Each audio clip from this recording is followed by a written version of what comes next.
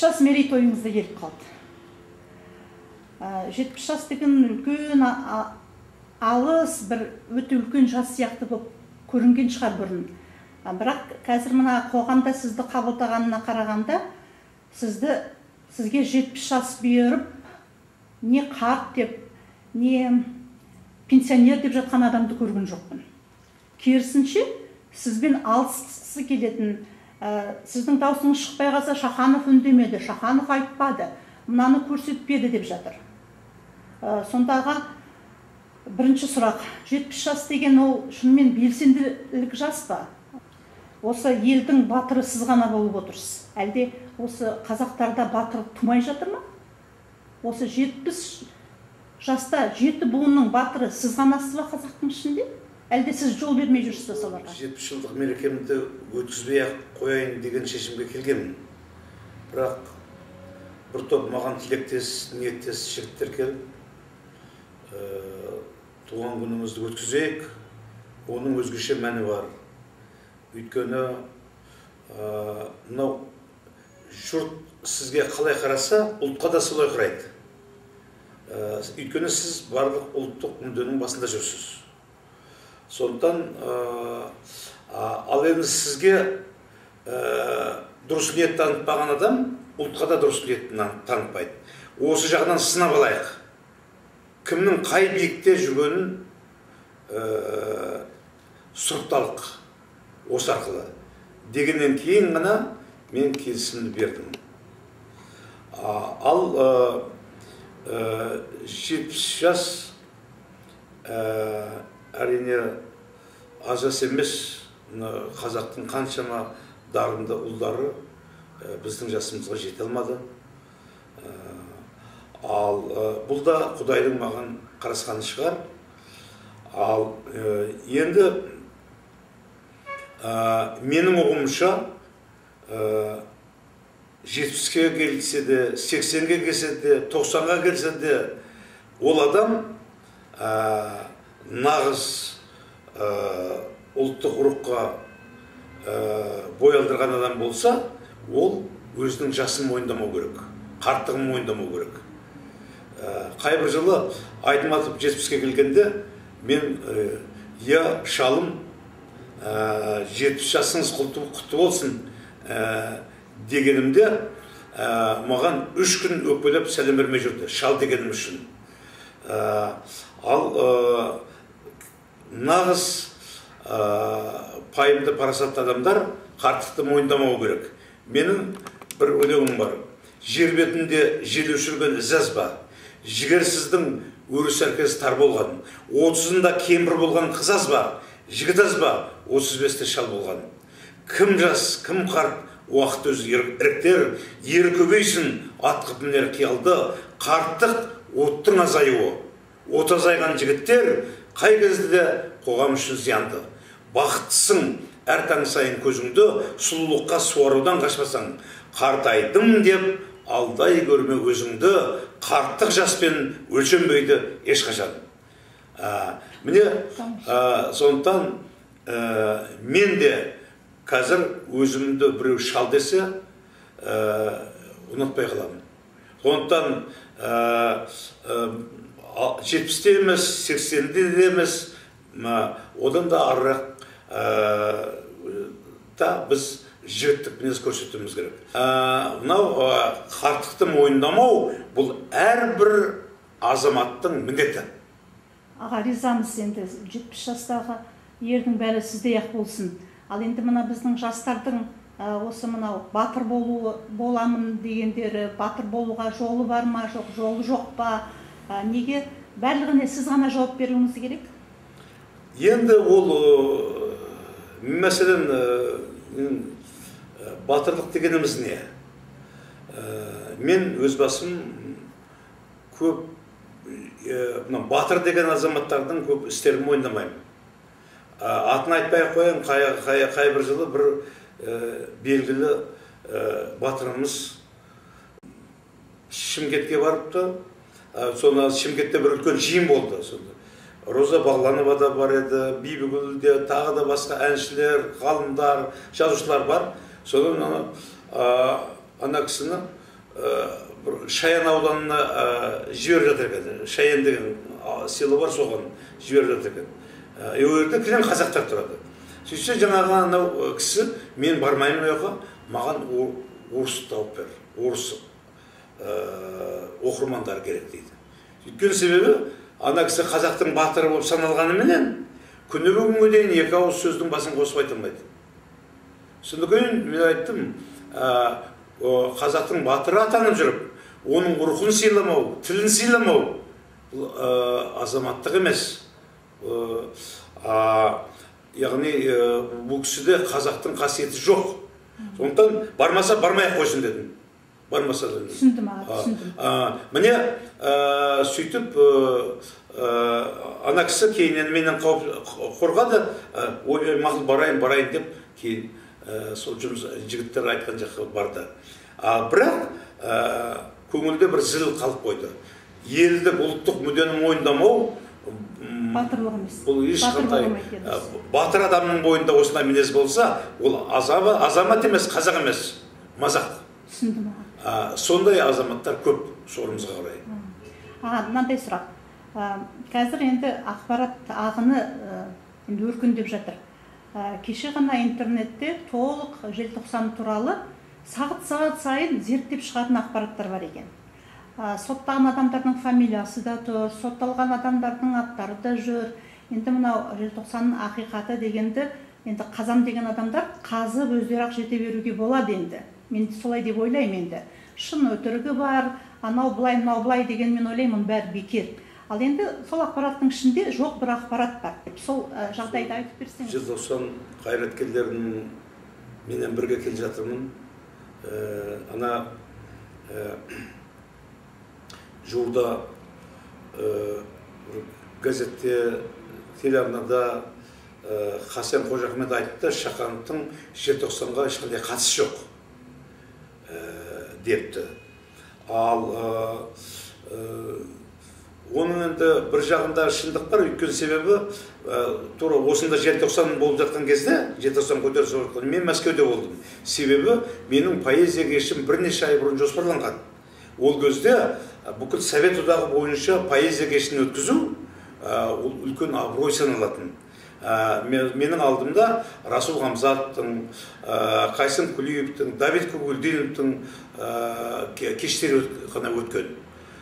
Жастардан менің ғана, ұлт ақындарының ішінен менің ғана поэзия кешім жоспарланды. Оның алдында мен бүкіл одақтық Ленин комсомолы сыйлығын алғанмын. Енді соған кешке барғанмын, Ертүрженко айтты, маған ертерек келді. Мен 12-ші желтоқсанда бардым. Ал енді 16-ші, 16-ші, 17-ші желтоқсанда не болатынын бір Құдайдың өзі ғана білді ол кезде. Басқа ешкім білген жоқ. Оны біреулер ойбай Шаханов сол кезде Мәскеуге қашып кетті деген сөздерді шығарды. Ал енді оның барлығы бос әңгіме. Ал енді сол кезеңде Мәскеуде менің кешім өтетін болғаннан кейін КПСС орталық комитетінің басшылары, жауапты адамдары, жазушылар одағының басшыларын шақырып, Шахановтың кешін кейінге қалдырыңдар деп тапсырма беріпті.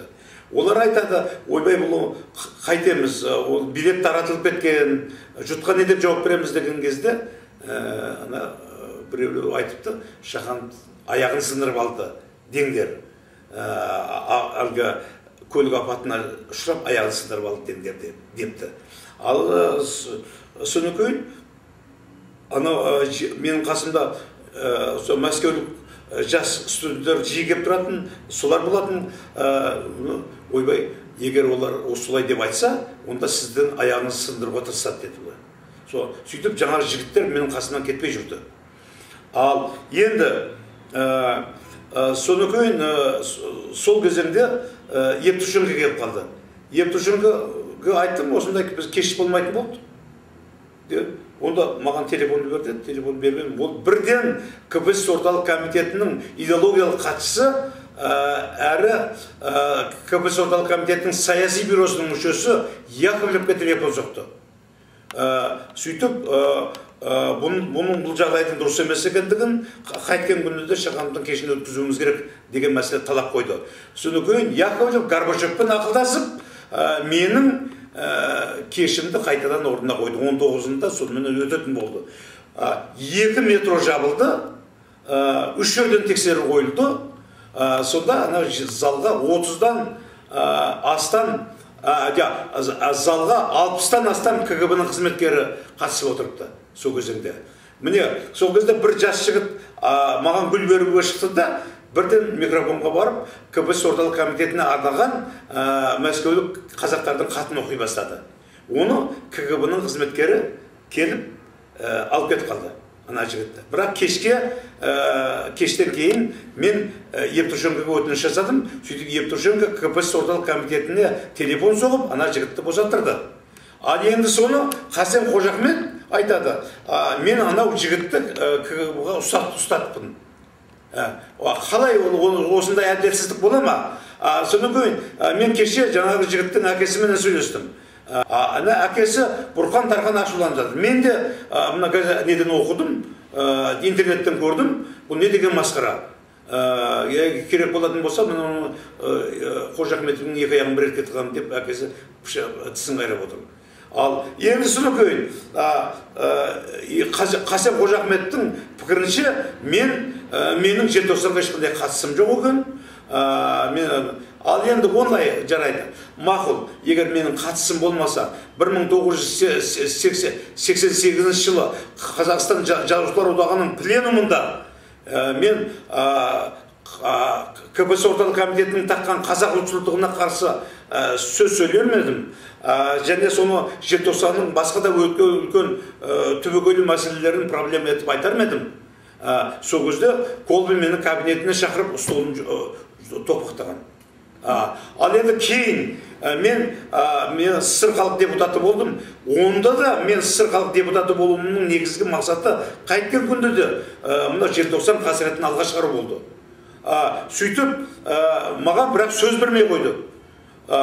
16 күн дегенде жаңағы мен мынандай қулыққа көштім, сөз бермейтінін білгеннен кейін. Бір хат құрастырып алдым. Хатта мынау Арал және Балқаш проблемалары қозғалысының төрағасы Мұхтар Шахановқа 3-5 минут сөз беруіңізді сұраймыз Арал проблемасы туралы деген хат жазып, оған жаңағы 19 адамның қолын қойдырдым.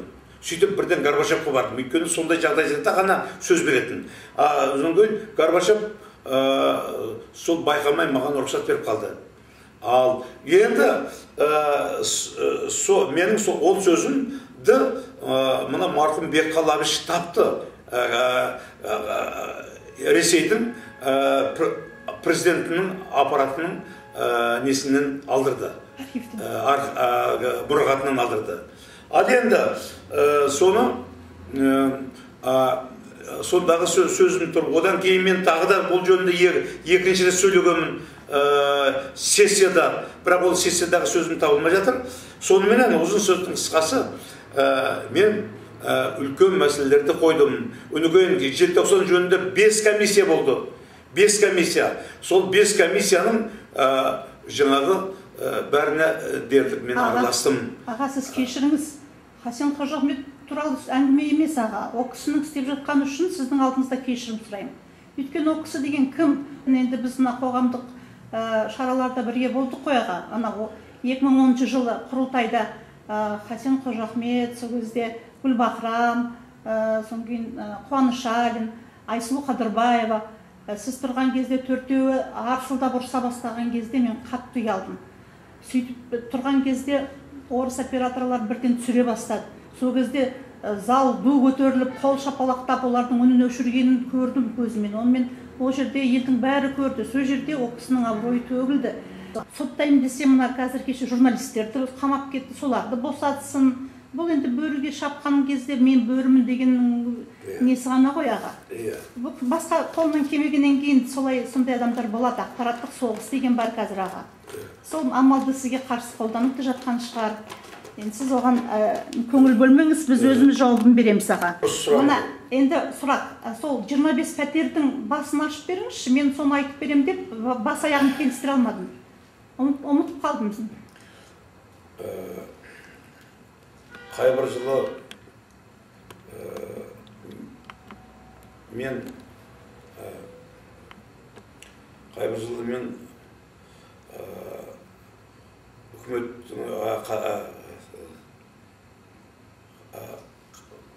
мен Қазақстан үкіметінің басшысы Қажыгелдімен жолықтым. Сол арада әңгіме болып кетті. Мынау желтоқсанға қараспай жатырсыңдар. Мынау қаншама жігіттер үйсіз-күйсіз жүр. Осыған бір азаматтық мінез көрсете аласың ба деп едім. Мақұл деді. Қанша керек деді. Менің аузыма 25 түсті. Енді 25 деген өте көп үй ғой.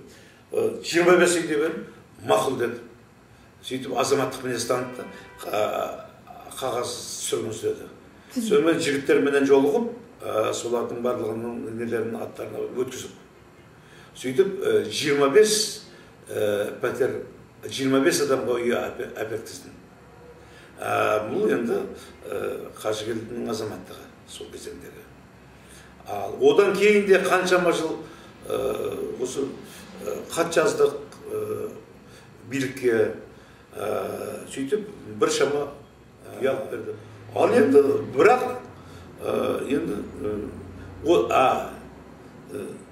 жуырда ғана бір жігіт жолықты маған. Мұқа, сізге бір алғысымды айтамай жүретін, баяғыда сіздің арқаңызда бір үйлі болып еді деп сөйтті. Рахмет деді, мен сол 20 жыл кешіктіріп айтсам да рахметімді ырзамын дедім. Олардың көпшілігі міндеті деп ойлайды ғой. Енді өкінішке орай сол жеңілдіктер арқылы біраз олар бір-бірімен таласып кетті ма, енді о жағына мен кіргім келмейді. Кім бірдеңкесін әйтеуір бөлісемей жатады, бір-бірімен алысып жатады. Енді қазаққа ұят, енді оны елге көрсету ұят, қайта бізде сол құрметін ғана көрсетіп, сыйлы болған дұрыс еді. Енді кішкене сондай бір көңіліңізге кір келтіретіндер бар желтоқсандықтардың. Ал енді бұл жерде сіздің осы мерейтойыңызға қайтсақ, мына билік сізге бір қошамет 70 жылдыққа жасап жатыр ма? Осы не болса да, енді түк істемеген болсаңыз да, ел алдында сіз беделіңіз өте биік. Осы сізді сыйлағаны, шынымен елді сыйлағаны. Өткенде оңтүстік Қазақстан облысында, өзімнің туған жерімде, Отырар ауданында, Төле би ауданында кездесулер болды. Содан кейін Жұмат Шанин атындағы Шымкент қаласындағы облыстық театрда үлкен кездесу болды. Менің шығармаларым орындалды. Кішкентай жас бөбектерге дейін шығып өлеңдерімді жатқа айтты. Жақсы кеш болды. Ырза болып қайттым. Осы биліктің қолдауымен болып жатыр ма? Енді сол мынау оңтүстік Қазақстан облысының әкімі Асқар Мырзахметов деген жігіт, ұлтжанды, пайымды, парасатты адам. Оның әкесі мынау Шәмші екеуміздің ерекше жанкүйеріміз еді.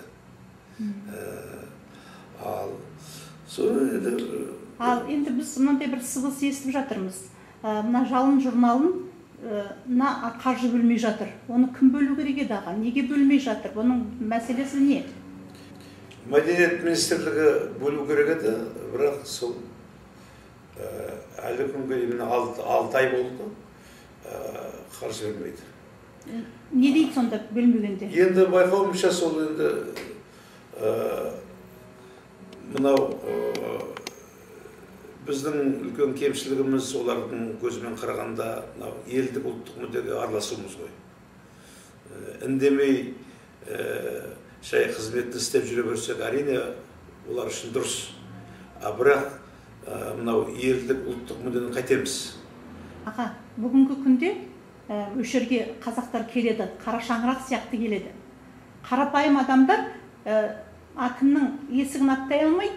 Ал сіздің төбеңізге дейін барып, мұңын айтып кететін мен талай осы жерде көрдім аға. Осы қара шаңырақты мына ұстап отырған, ол да осы мәдениеттің қаржысына ұсталынып отыр ма? Енді мынау егер жалын журналына қаржы бөлінбесе, мынау үйде біз ұстай алмаймыз. Содан кейін бұл журнал жабылады. Енді бұл жерде біз енді қалай болса да... Содан кейін енді мына қоғамдық ұйымдардың барлығы менің айналамда ғой. Иә. Мысалы, тәуелсіздікті қорғау ұйымы бар. Ол да далада қалады. Бұның ар жағында сол елдік ұлттық мүддеге деген ықылас тоқтату. Иә, сізді тоқтатып, елді тарату болып отыр ғой. Ал енді бізден тарағымыз келмейді аға. Сол үшін қандай ұсыныс жасауға болады? Мысалы, сізде шот бар ма? Мүмкін елдіге мен жария етейін, аға қаржысыз қалды. 6 ай бойы деген ол, сонда сіз не күн көріп отырсыз? Мен күн көріп отырған жағдайым мынау біраз кітаптарым шығып еді. Онда біреулер жәрдем беріп шығарып бермеді. Солардың ақшасынан күн көріп отырмыз. Ал сол кітаптерді сатуға рұқсат бермей жатыр дегенде сыбыс болды ғой. Енді бұл қазір кітапты тарататын жүйенің бәрін құртқан. Сол енді ана жиын болса, не болса, сонда балалар апарып сатып жүр. Аға, мына енді сізге алдыңызға келген себебінің тағы бірі осындай қаржылай қысылып жатыр дегенді естідік. Билік қаржы бөлмей жатыр дегенді естідік. Енді мен ойлаймын, билік бәрібір олардың енді несі ақылдары кешкіреді ғой кішкене. Сол ақылдары кіргенше бір шот ашып сізге интернет келіп қояйын. Рұқсат етсеңіз. Шоттарыңыз бар ма? Керек жоқ. Керек жоқ, оның бәрі сөз болып кетеді. Мен ондайды ұнатпаймын. Себебі ол жұрттан жылу жинағым келмейді. Ал енді мына осы Қазақстанның 70 жылдыққа қарай қандай жоспарларыңыз бар? Мен енді ойлап едім, енді 70 жылдыққа сізді бір осы қазақтың түкпір-түкпіріне шақыртып, сіздің шығармаларыңызбен танысама деген бір үмітім бар еді. Сондай мүмкін бе жасауға? Егер мен мына аудармаларымды да қосып берсем, орысша оқысын, қазақша оқысын.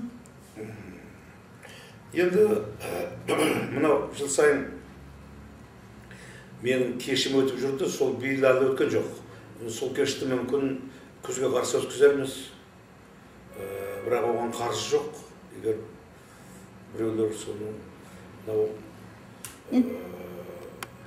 жиын өтетін залды сатып алуға жәрдем беретін болса. Шот ашқыңыз келмейді, бірақ өздері шешіп берсін дейсіз ғой. Ол да дұрыс бір жағынан. Биліктен мысалы мына кітапты шығаруға немесе басқа да бір осындай бір көмек жәрдем болып жатыр ма енді мынау жалынды айтпасақ? Мына билік тарапынан бір әңгіме болды. Менің шамалы бір том кітабымды шығармақшы болып жатыр.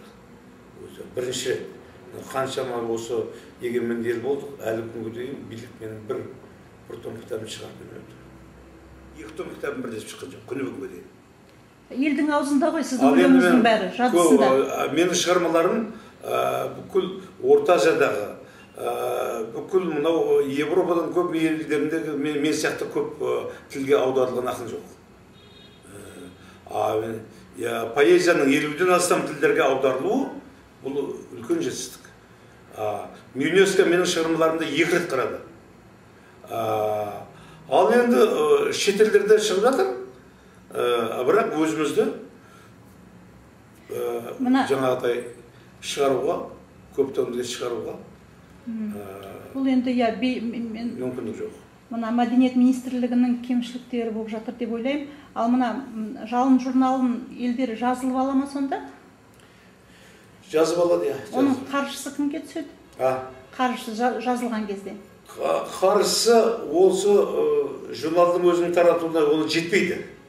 250 теңге ақ тұрады екен. 250 ақ теңге тұрады екен. Жоқ, 150. 150 тұрады. 130 басында. Ол өнекейін қазір жұрттар күйес неге бармайды, көпшілігі газет журнал оқымайды. сондай заман болып кеткен ғой.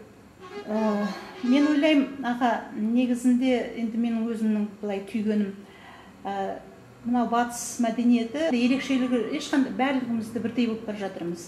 Үйімізде төртбұрыш, кітабымызда төртбұрыш, компьютерімізде төртбұрыш, бәріміз бір болып жатырмыз. Сондықтан қазір бір мынандай бір не байқалып жатыр, үрдіс ерекшелікті іздегісі келіп жатыр олар. Қалай? Ерекшелік. Ерекшелікті іздеген кезде ұлттық мәдениеттен табады екен. Бізді ерекше отырған тек қана ұлттық мәдениет екен. Сондықтан мен ойлаймын, әлі де осы мынау ұлттық мүдденің бағы жанады деп. Керек десеңіз, шетелден келіп біздің қымызымызға лицензия алып кеткендер бар. Біздің тағамдарды өздеріне қаратып алғысы келгендер де бар. Рухани жаққа да бұрылып бара жатыр. Елді мына дүниені бұзып жатыр ғой аға. Сондықтан әлі де сіздің өлеңдеріңізді елдер, енді мына қазіргі оқушылар жатқа оқиды, сүйсініп оқиды. Сізді қошамет ететін елдің көрдік. Мен ойлаймын, енді сіз осындай арамызда 80 жас, 90 жас, 100 жас болсын, осындай болжаған жақсылықтарды көрсеңіз деген осындай тілегім бар сізге аға. Қазақтың көңілі, осы ілтипаты дегендей, өте өзіңіз талап еткендей жоғары деп соған сенімді болыңыз аға. Енді көңіліңіз жадырап жүрсін, ешкім сізге дақ келтірмесін. Енді мынау шулайтын әдістер, ол енді мынау неден қалған, ақпараттық соғыстың ішінде интернетте орысталдан қалған. Енді қазақтар таласса, сонысын енді үйреніп жатыр. Оған назар аудармаңыз. Сол енді интернеттің ішінде бізде жүрміз, соны орыс біздің араласып жүрген достарымыз бар ішінде. Ертең күні оларға да құлақтарына бұрып жөндеп түсіндіріп берерміз өзіміз ақ. Сіз оған назар аудармаңыз. Ал енді Құдай сізге қуат берсін, денсаулығыңыз мықты болсын. Осы елге сіздің айтқан сөзіңізді жеткізейін. Сіздің көңіл күйіңіз қалай болып жатыр деп елеңдеп жатыр елдер. Сондықтан сол кісілердің жылы сезімін жеткізіп сізге жақсылық тілеп, тек қана бізге төбемізде, біздің алдымызда көріне берсеңіз. Рахмет сізге.